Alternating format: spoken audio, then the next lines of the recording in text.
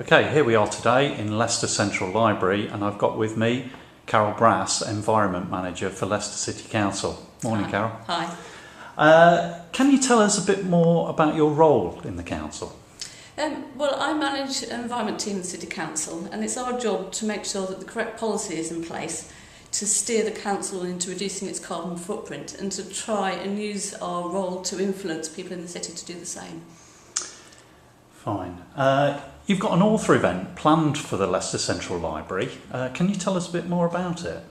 Yes, I read this book about 6 months ago, and I just thought it was really fantastic in that it was a very irreverent account by somebody and how he'd taken steps to reduce his own personal carbon footprint.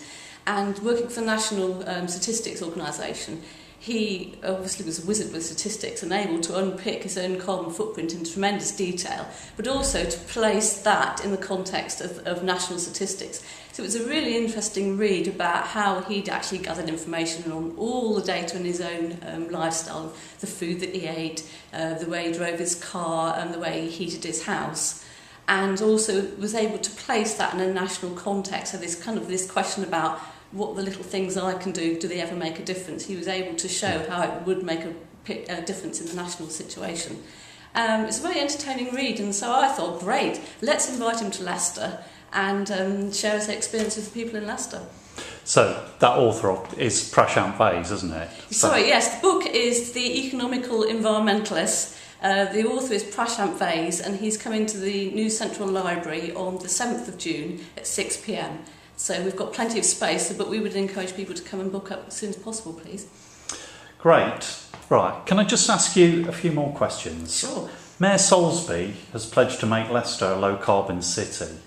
Which subjects do you think that are likely to be touched on by Mr Vaze will be most relevant to the environmental priorities of Leicester? Well, of course, his whole book is about what practical steps you can take as a householder to reduce your carbon footprint, and that's a key priority within the Mayor's manifesto.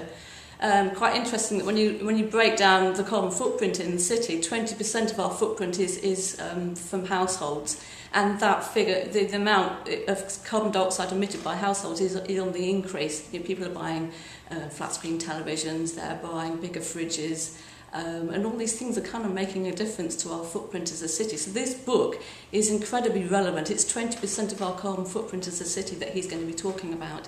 And he's going to kind of tell you some of the easy things you can do, some of the things that are a little bit more difficult. Right. So we're making a YouTube video here to be placed on Citizens Eye and Eco Eye news agency. How important do you feel the use of social media can be in statutory services engaging with local communities? Oh, it's incredibly important. Our job is to try and reach the whole spectrum of people in Leicester, and as a City Council we're not terribly out there on YouTube, so it's a real good advantage to have opportunities like this to speak on YouTube. And also it's really important that we engage with the younger generation, the people who are going to be householders of the future, that we're engaging with them as soon as possible, and these are great ways of engaging with the younger generation. Thank you. And you've spoken a bit about your role and some of the priorities for the City Council. What else is going on in Leicester to increase environmental awareness? Oh, it's a fantastic time at the moment. There's tons of events, and that's really exciting because obviously the City Council can't do this reducing of our carbon footprint on our own.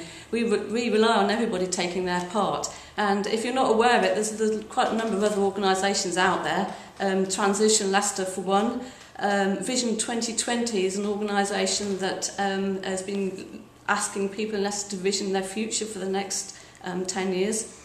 And they are running a series of speaker talks on local food. There's 3 coming up, so if you're interested in those, go to the Vision 2020 website. Last weekend there was a Green Film Festival where a number of films were premiered. I think there were only 3 locations in the country that were having this festival. 5, I think. 5, yeah, sorry. Yeah. And some really exciting films that were premiered in Leicester, so I kind of hope some of you listening went along and enjoyed that experience. Coming up, there's a Riverside Festival on the 5th and 6th of June. Again, there's another opportunity to hear more about what's going on, sign up to things. We have recently been running some training with other environmental networks of organisations like the fire service, the universities, High Cross Shopping Centre, all came along to some training on climate change about how you felt empowered to have conversations with your colleagues to encourage them to reduce their own carbon footprint.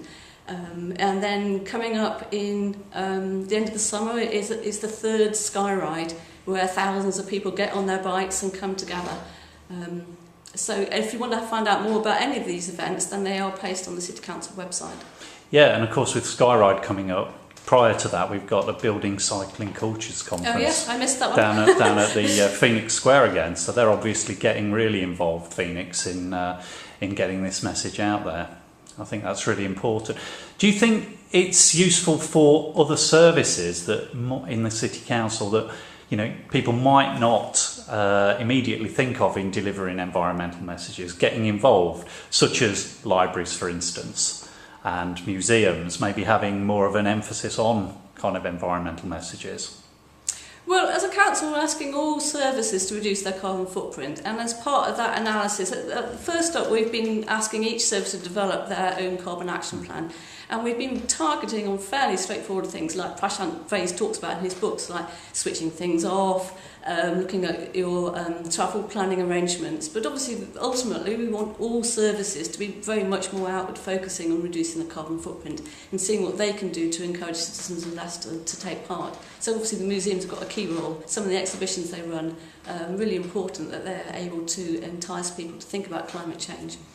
And obviously libraries are a good portal for getting information and messages out to people across Leicester, aren't they? Yes, we've been trying really hard to make sure that we've got the right kind of books, like the Prashant Vaze book, available in the libraries. And I think recently you've ordered 20 new books that we've recommended to you. Yeah. And the Transition Towns people have also got a series of books that is now available in the library for loan.